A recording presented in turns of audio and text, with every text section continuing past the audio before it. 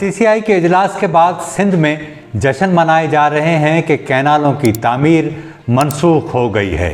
People's party ये दावे कर रही है कि नून लीग की हुकूमत से अलग होने की उसकी धमकी ने काम कर दिखाया और सीसीआई ने फैसला कर लिया है कि अब कैनाल नहीं बनेंगे।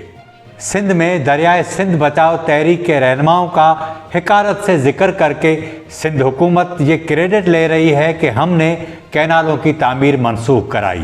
सिंध के वो लाखों लोग जिन्होंने गर्मी में सड़कों पर मार्च किया, धरने दिए, बैनर उठाए, नारे लगाए और एक बेमिसाल तारीख रकम की, वो लोग असल में इस आर्जी कामयाबी के हीरोज हैं। हमने लाशें नहीं जाने दी, हम नोटिफिकेशन लाए। सीसीआई के फैसले क्या हुए हैं, इसमें किस तरह की ब्यूरोक्रेटिक गेम खेली गई, आबी माहिरीन कई घंटे गुजरने के बावजूद सीसीआई के फैसलों के बारे में क्यों ठोस राय कायम नहीं कर सके।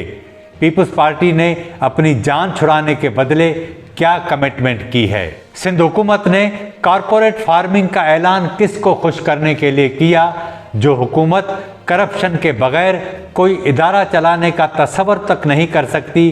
क्या वो कॉरपोरेट फार्मिंग करेगी और अगर करेगी तो किसके लिए। सीसीआई ने फैसला किया है कि जब तक सूबों के दरमियान बाहमी इत्तफाक राय न हो, ये मंसूबा आगे नहीं बढ़ाया जाएगा। यानी कैनाल मंसूबे मनसूख नहीं हुए, इत्तफाक राय के लिए वक्त लिया गया है। ख्वाजा आसिफ ने दुरुस्त कहा कि कैनालों की तामीर के बारे में अभी तक कोई फैसला नहीं हुआ। अब जो अल्फाज में बोलता जाऊंगा उसको ज़रा गौर से सुने, क्योंकि ये मेरे नहीं बल्कि उस प्रेस रिलीज़ के हैं जो वज़ीर आज़म हाउस से जारी की गई। चारों वज़राए आला की मौजूदगी में जारी करदा इस बयान में कहा गया है कि सीसीआई ने कैनालों के मसले को हल करने के लिए एक टेक्निकल कमेटी बनाने का फैसला किया है। कैनाल मंसूबे का फैसला भी वही टेक्निकल कमेटी करेगी। इजलास में कहा गया कि यह टेक्निकल कमेटी पाकिस्तान की ज़रूरी ज़रूरियात और तमाम सूबों की पानी की ज़रूरियात का हल तजवीज़ करेगी, जो दो मुत्तफ़िका दस्तावेज़ात यानी वाटर अकार्ड और वाटर पॉलिसी के मुताबिक होगा। इजलास में फैसला हुआ कि वफाकी हुकूमत तमाम सूबाई हुकूमतों से मुशावरत करके ज़रूरी पॉलिसी और वाटर मैनेजमेंट इंफ्रास्ट्रक्चर की तरक्की के लिए एक लॉन्ग टर्म रोड मैप तैयार करेगी। कौंसिल ने फैसला किया कि 7 फरवरी 2024 को नए कैनालों की तामीर से मुतल्लिक़ दी गई अबूरी एकनिक मंजूरी और 17 जनवरी 2024 को इरसा की जानिब से जारी करदा वाटर अवेलेबिलिटी सर्टिफिकेट वापस कर दिए जाएंगे। आगे लिखा गया कि मनसूबा बंदी डिवीज़न और इरसा तमाम मुतल्लिका फ़रीक़ैन से मुशावरत करेंगे ताकि कौमी हम आहंगी को फ़रोग़ मिले और ख़दशात दूर किए जा सकें।